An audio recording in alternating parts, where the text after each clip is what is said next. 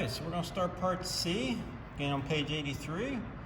For this one, we're going to get into resistance now. So this is chapter 26, and in order to test out just a real simple resistor, we have this. This is called a solenoid. We'll learn more about this later in the course. It's actually mainly for magnetic applications, but it's also just a long length of wire, so it is a resistor. So this will be our resistor, and your very first task is to figure out how long the wire is. So you can see there's obviously a lot of wire wrapped around there. And one thing I'll let you know, there's actually not just a wire you see, but there's actually layers of wire here, so it's even longer than it appears. And we want to figure out how long it is. We don't want to have to cut it and unravel it. We don't want to have to do counting. So you can kind of think about that, but I'll have to kind of help you out here because you need a measurement for it. I gave you the diameter of the wire. I gave you resistivity. So if you kind of look at your equation sheet and think about how length would relate to those things, hopefully you can think about the resistance equation that we learned in class. So if we got diameter, which gives us area, we got resistivity. If we knew what resistance was, we could figure out the length. And one of the tools we have available is our multimeter, which measures resistance. So we'll use that. So all I'm going to do, switch to resistance mode, and let's see what the resistance is.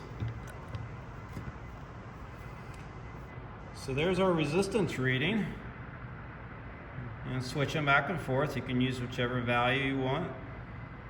That will be your resistance. Try to calculate the length of the wire based on that. And once you have that, the only other thing we want to do experiment-wise is measure the current. So first of all, once you know resistance, you can calculate the current for 6 volts. That's what you need to do here. And then we're just going to measure it and verify that.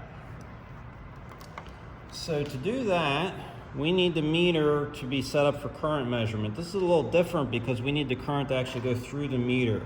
So we got to switch to the other terminal in the meter. It's the only measurement that uses this other terminal. And we need to go down to DC current. Once that's done, we just follow the schematic. So we need the positive of the power supply to be connected to the meter. So I'm going to take the positive lead from the power supply, put that into the meter. And then the other side of the meter gets connected to the solenoid. And then the other side of the solenoid goes back to the power supply. So the negative from the power supply has to go like that. So you can see I have now a series circuit from the power supply over to the solenoid and back to the power supply again. So now once I turn the power supply on, it's already set to 6 volts from before. Power supply is now on, and I got my current reading. And the power supply actually measures current too, so you can see that these two readings are basically the same. So that tells me I got the meter hooked up right.